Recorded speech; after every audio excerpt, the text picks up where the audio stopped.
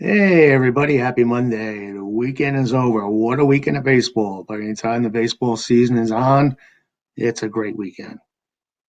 As we do every Monday, or we try to do, I should say, we come out with our latest power rankings. Now, who in the beginning of the year would think that at this point, the day after Mother's Day, the Dodgers would not be in the top five in our power rankings? I see nobody raise their hand. And that's good. That's good. You're on a roll. Now, what if I said the Yankees would not be in our power rankings top five? What were the odds of the Dodgers and the Padres not both in our power rankings, top five power rankings the day after Mother's Day? Well, they're not. And I'm here to tell you who are in our rankings. Numero uno, we are talking the Boston Red Sox. What a story they've been. Uh, they did their job yesterday against the Orioles. They scored 4 runs off the O's, making only the third game the past week. They did not put up a double-digit run total. So the runs have been coming easy for the Red Sox. They scored 45 runs over 5 games, and offense has been the story. All the top hitters that they expected to hit, JD, Bogarts, Verdugo, they have carried their weight, and the Red Sox have been an offensive juggernaut this year, and they are a number one team. Now, how about if I said the Padres and Dodgers would not be ahead of the Giants in our power rankings? Well, they're not. And the Giants are number two. And they are also doing the El Sluggerino with the ball, having hit 12 homers in their past 6 games, and 8 of which have come from the veterans who, if they came through with a big season, the Giants would have a good year because they're at that point now. They're at the crossroads. Either they produce or they're going to be cut loose. And Brandon Belt hit 3, Brandon Crawford hit 3, and Buster Posey hit 2. Check this out. Brandon Belt now has 4 homers and 11 RBIs over his past 11 games. And Crawford is 8 for 21, 381 batting average with 4 homers, 9 RBIs, and 7 walks over his past 9 games. Way to go, Vets. And the Giants take the number 2 spot. And one of my sexy teams, I said before the season began, the White Sox, they come in at number 3. And they are on a roll with the pitching. Before they allowed 3 runs in the 9-3 win over the Royals on Sunday, the White Sox had given up 2 runs over the past 38 innings, and one of those runs was unearned. As a matter of fact, when Giolito gave up the first inning run on Sunday, it was the first time in a week that a Sox starter had given up a run. That ended a span of 25 and 1/3 innings with 10 hits allowed to 97 batters. And finally, one of the teams I did expect to do well cracks the top 5, and that's the Padres. Now, the Padres, the offense has been a little cold coming into yesterday's game, but they decided to rock and roll yesterday with 11 runs and a win over the Giants because the prior 6 games, the Pods had only scored 13 runs. And now they got Fernando Tatis Jr. in the leadoff spot, and he had 4 hits and 9 at-bats over the last 2 games. Now, I don't know if you saw it, but one of those was a shot 454 feet off Johnny Cueto that landed in the center field bleachers. That is a shot. Tatis has 7 homers and batting average of 350 in the leadoff spot compared to 122 in all the other spots. Do we see a trend here where maybe Fernando will be the leadoff hitter for the Pods the rest of the way? We shall see. And number 5, the Oakland A's, a team that I honestly had given up for dead in the beginning of the year. And their run differential really isn't that good. They have a -10 run differential. This one makes you scratch your head. But they do have a 21-9 record dating back to April 7th. So they've been red hot. And they just completed a stretch of 17 games where they went 9-8. So they may be coming back down to earth a little bit. The offense hasn't been great, and the injuries piled up. But the A's are ahead by 2 games in the AL West, and that's good enough reason to be optimistic, I think. So those are your top 5 as we head into another great week of baseball. And now let's talk about some of the action that took place over the weekend. The Yankees gave all the mothers in attendance in the Bronx a very happy day as they had another walk-off win, their second walk-off win in 2 days. And they won the bottom of the ninth when the leadoff walk by Tyler Wade and pinch hitter Aaron Judge. LeMahieu grounded out to put runners on the corners. Then Stan hit a grounder through the left side of the infield, delivering a 3-2 walk-off win in the bottom of the ninth. So Giancarlo continues to soak the ball of late, and he's doing great. He didn't get a hit all series long, but he was really on fire before that. But sometimes I'd rather have a timely hit, and sometimes I've been a critic of Giancarlo saying he hits his homers when they're up or down 8-0. But yesterday he came up with the big hit. And that's the kind of thing that can get a team rolling. So keep your eyes on the Yankees when you win 2 back-to-back wins like that. They had a pretty good homestand against the Tigers, Astros, and Nats. They went 7-2. And now in their last 6 series, they're undefeated, 4 wins, 4 series, 2 ties. But like I said, Stan's been the man. Coming into that series against the Nationals, he had a major league leading 12-game hitting streak where he batted .481 with a .904 slugging percentage. So he was on fire, doing his thing. And like I said, if Stanton comes through and has a fully healthy year and Judge stays healthy and Luke Voit coming back, that could be a powerful lineup for them. Gleyber Torres, it was Gleyber Day in the Bronx yesterday, and he snapped a career-long 39-game regular season homerless streak. That marked the first home run at 148 bats for Gleyber Day. So if Gleyber comes back, we're at that point of the season where either players are going to put up or shut up, and Gleyber's another one that's going to need some hitting. And if all these guys for the Yankees come through, it's going to be awesome. Really, really is.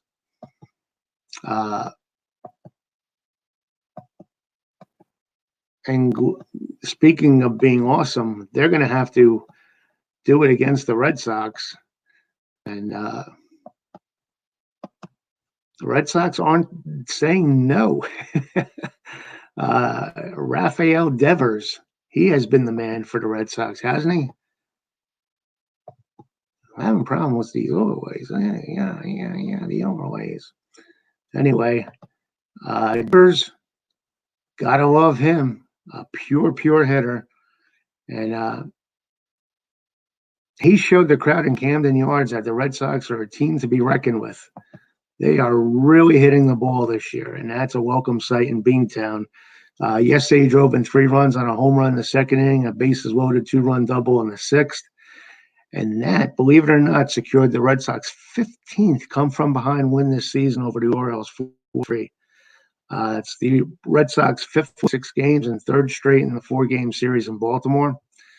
And Devers is really establishing himself as a clutch hitter at the age of 24, so he's coming into his prime.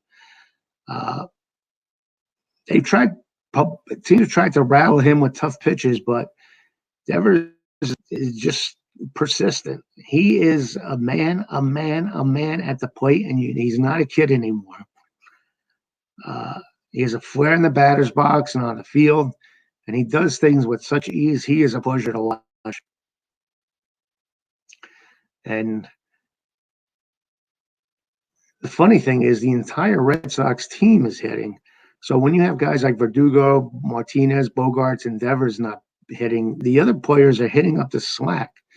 And Hunter Renfroe is one of those players. He is so a home thing for Red Sox to give them a 4-2 cushion. And in 8 games this month, Renfroe has 3 homers and leads the Red Sox with 9 RBIs for this month. So they're getting production from everybody, and that's going to be good for them. I mean, looks like the Red Sox are here to play this year, and that's a tough division. I didn't expect it to be this tough, to be honest with you. The Red Sox are playing beyond my expectations. Blue Jays, I think, are going to be a breakout team and probably be a serious contender for first in the next year or two. And the way they're playing, it wouldn't surprise me if they're a serious contender this year. So much great young talent on that team. Amazing. And Tampa Bay, they just know how to win.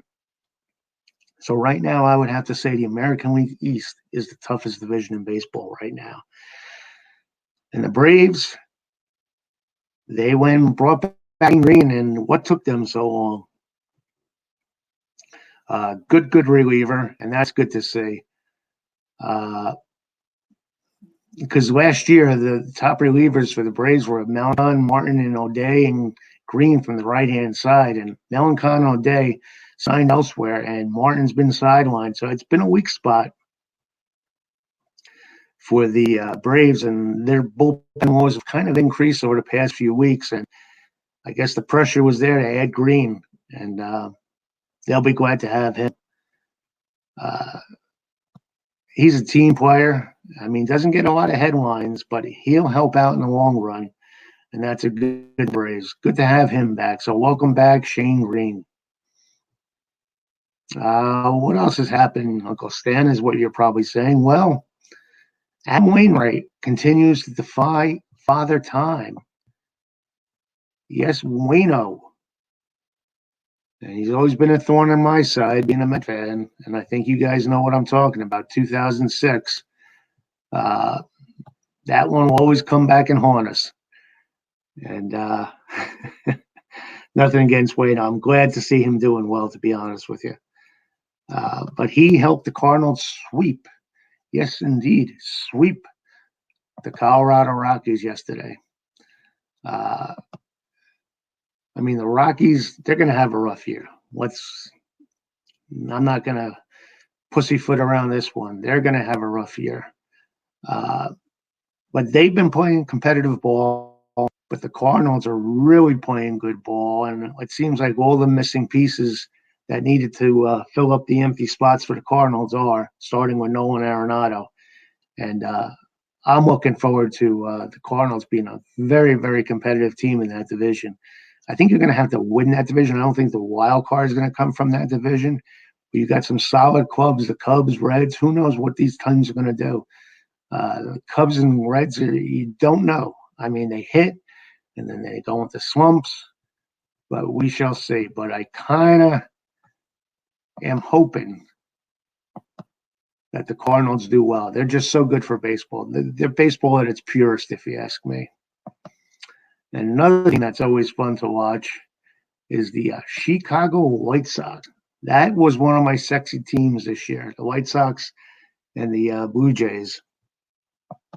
And they knocked off another sexy team yesterday, the Kansas City Royals. I think the Kansas City Royals, although their future looks bright, are going to come back to the pack. And the White Sox, who would think without Robert and Jimenez out for probably most of the year, that the Sox would be this good, but they've had the guys that just step up. And, these guys had talent. You didn't think they were that talented. Giolito pitched for the White Sox yesterday. He didn't have his best stuff, but it was good enough for a 9-3 win. But the offense for the White Sox is just scary. Scary.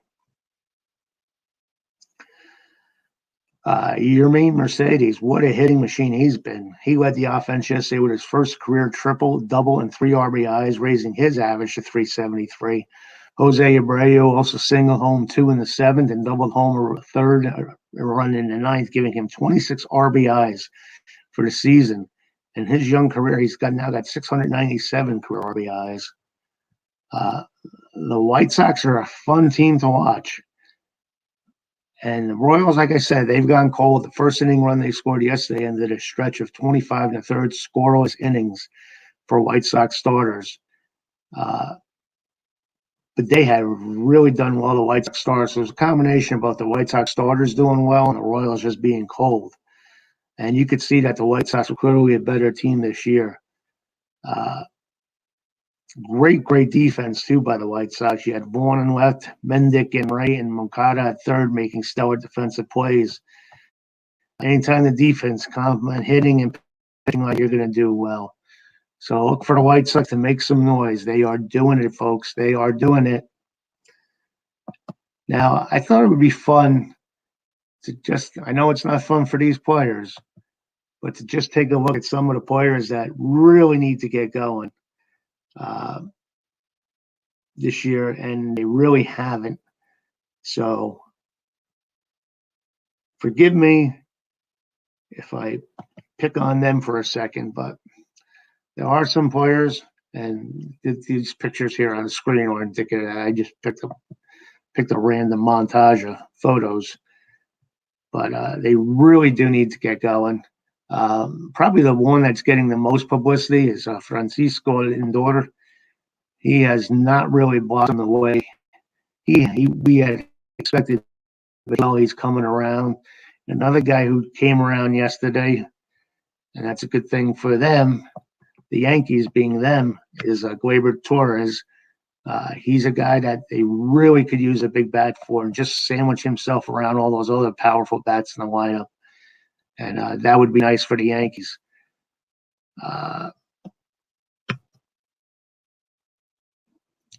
Everyone's a fan of Gleyber, right? Yeah, not really. Just kidding. But yeah, there are some players really slumping. Kevin Biggio with the Blue Jays, he's only batting 206 with a 646 OPS. Brandon Lowe with the Rays, he needs to get going. He was the best hitter on Tampa Bay last year, but he's batting 195 so far, 672 OPS. Hunter Renfroe, who I mentioned before, is starting to break out. He's batting 221 with 4 homers. Jorge Soler for the Royals, they're not expecting high averages from him, but he needs to start slugging the ball like he can. He's only got 2 homers, and he's batting below 200 so far. So I don't know what's going on with these guys. You're getting at that point now where you're wondering maybe it's just going to be a bad year. Like Kenta Maeda, who was supposed to be one of the missing pitches in the starting rotation for the Twins, is 2-2 with a 5.02 ERA and a 1.535 WHIP. Elders, who was supposed to take over Simeon at short, he's batting 158. Eesh. Kyle Lewis, the year magic is one a little bit. He's batting 258. Marcelo Ozuna still hasn't gotten on track. I think he's clamoring for maybe the DH to come back in the NHL. He almost won the Triple Crown last year, but there's no Triple Crown in sight this year. He's batting 201 with a 590 OPS. Patrick Corbin's been getting lit up for the Nationals. He's 1-3 with a 7.36 ERA and 1.53 WHIP. Alec Baum, rookie last year for the Phillies, his OBP is down 155 for the year. He's 245 OBP with a 217 batting average. That needs to come up. Kyle Hendricks has been getting lit up for the Cubs. They need him. He needs to be their ace. He's 2-4 with a 6.23 ERA. Out in the West, Gavin Lux, a lot of high hopes for him at second base as one of the newcomers for the Dodgers. He's batting 209 with 515 OPS. And Blake Snell hasn't been that bad, 104.15, but I think they expected more from him. And Charlie Blackmon has added to the Rocky woes. He's batting 231 with a 695 OPS. And when you hit in Coors Field, your numbers have to be a little bit better than that, Charlie. And I think you would agree. What else we got to talk about? We can talk about the Padres' big game yesterday. Who wants to hear about the Padres' big game?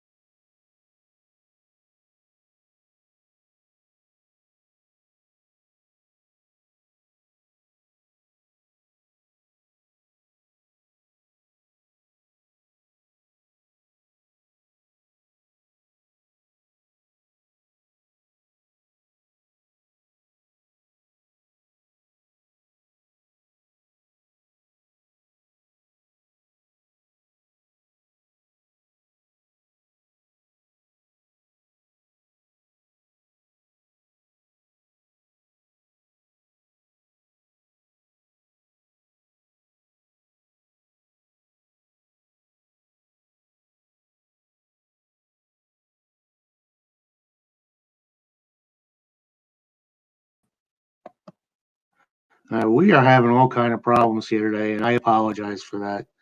I don't know what the hell's going on. Uh, StreamYard's funking out on me, and I don't hate it when that happens. So I'm not sure what you're getting out of this, but we're going to keep it as a keeper and see what goes on. But we were talking about the Padres. Uh, they won a big game. Their bat's been cold for a while, but Fernando Tatis hit one to the moon, otherwise known as 445 feet to right field. Uh, and that led the way for the Padres yesterday. They won a big game. Finally broke out 11-1 victory and kind of cooled off the Giants for a bit. And Cronenworth and Tatis both hit dingers of at least 445 feet. And since StatCast began tracking homers, that's the first time Padres had authored blasts of at least 445 feet in the same game. So it was the bats out, and the encouraging thing for them was Paddock came back for the Padres. That's nice to see. I was a big fan of his when he came up yesterday. He became must-see TV for me, and I enjoyed watching him pitch. When you got the Braves and the Phillies duking it out like we did yesterday, that's always fun. And that was the ESPN Sunday night game of the week yesterday. So I don't know if you guys got to see that one, but the Braves ended up winning the series by winning the rubber game yesterday.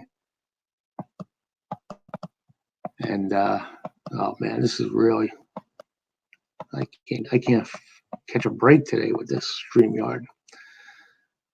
Anyway, look, I was going to put up a little graphic for the Brave game yesterday, but doesn't look like that's happening. Actually, nothing's happening. You know what, folks? I apologize for everything. It's been a big screw up all day. Well, there's Freddie. Hey, Freddie, how you doing? How you doing? So, Freddie Freeman and Waino, who became the Shohei Ohtani of the Atlanta Braves, he helped them to a big victory yesterday. Both of those young gents, and helped the Mets get into first place there. How about that? So, way to go, Bravos. Jake deGrom, he exited the game yesterday with some tightness for the Mets. And I guess we're waiting on to see what the MRI reveals. Kind of worries me because any guy that throws the ball that hard and that fast, there's going to be injuries somewhere along the line. I hope it's not happening to Jake, that's for sure. Not much action-wise tonight. The game on ESPN should be a fun one. It's the Astros and the Angels. I think there's 6 games on tap. I'll probably be watching the Angel game. As far as the standings are concerned, we still have Boston up by 3.5 on the Yankees in second. Yankees would qualify for a wild card.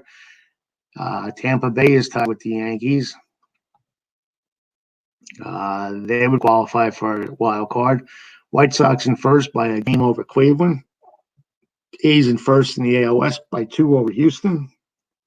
And Houston get one of the, so there's 3 teams qualifying. Houston, Tampa Bay, and the Yankees. That's pretty cool. In the NL East, we got the Mets. First place by 1 game over the Phillies. St. Louis by 2 over Milwaukee would qualify for a wild card.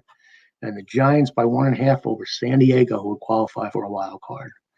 Well, that's going to wrap it up for today. I'm sorry, this was one big technical mess, but I'm just taking it as it is. There's nothing else I can do, folks. I tried.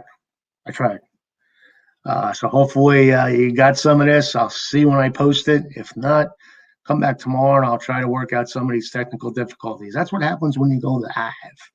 But anyway, as always, thanks. Please subscribe to the podcast, YouTube cast here.